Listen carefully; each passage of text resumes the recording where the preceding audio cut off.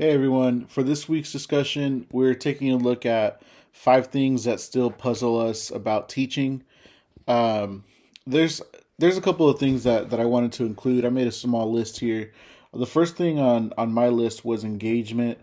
Um, I feel like every year you get new students, you get different types of learners, and so there's always seems to be a need for different engagement strategies, and so as a teacher, I still feel like I have a lot of questions about that. The second thing on my list is differentiation for students. So I know that again with having new students in class every year, that just brings more different challenges each year too, and so I would still want to learn about how I can differentiate my instruction so that I can meet the needs of all of the learners. Um, in my third bullet point, I have classroom management. Again, with new learners, new challenges, and I feel like having multiple strategies for classroom management would be beneficial for any teacher. Um, and so I'm definitely looking to add, and so I would like to continue my development in that area. And my fourth item is Universal Design for Learning, UDL. And so, I feel like this is an area where I would like to get a little better at in my teaching practice, just because right now, I have I have a limited ability in uh, giving students choices, and so I feel like I can do a lot better, and I can improve in that area so that I can give students options on how they want to demonstrate their learning of a certain standard or even an assignment. And so that's one of the areas that I still have questions about. And the last question that I have is what to do with assessment data. Right now, I'm starting to really get the hang of making assessments and using assessments to guide my instruction. But I just wish that I knew how to analyze it a little bit better so that I can make my classroom even more efficient by being able to analyze data a little bit more uh, clearly.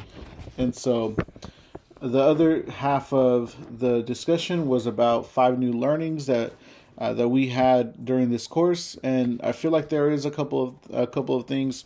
The first thing that I want to mention is rubrics. So in every assignment there was a rubric.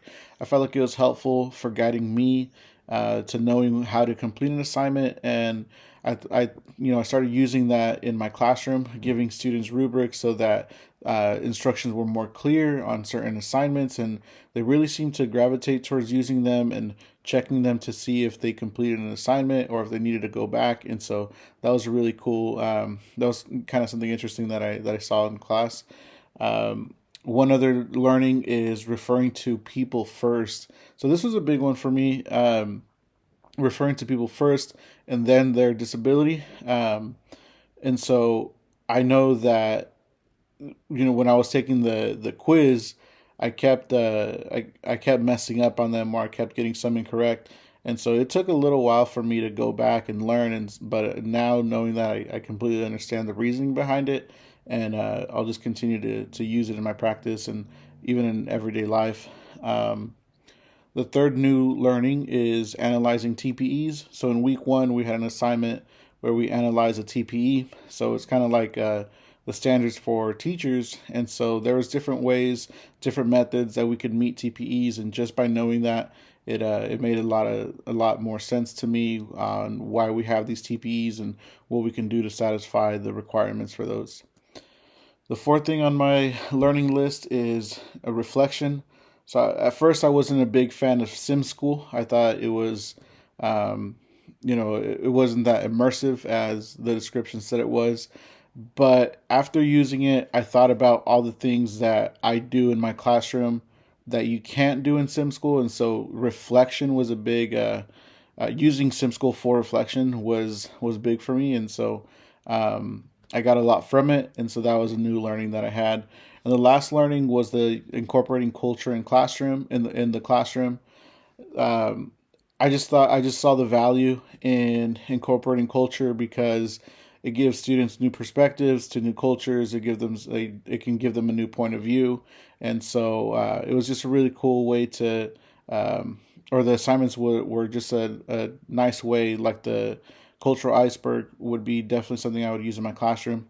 But anyway, you guys have a good night, and hopefully you guys do well in your other courses.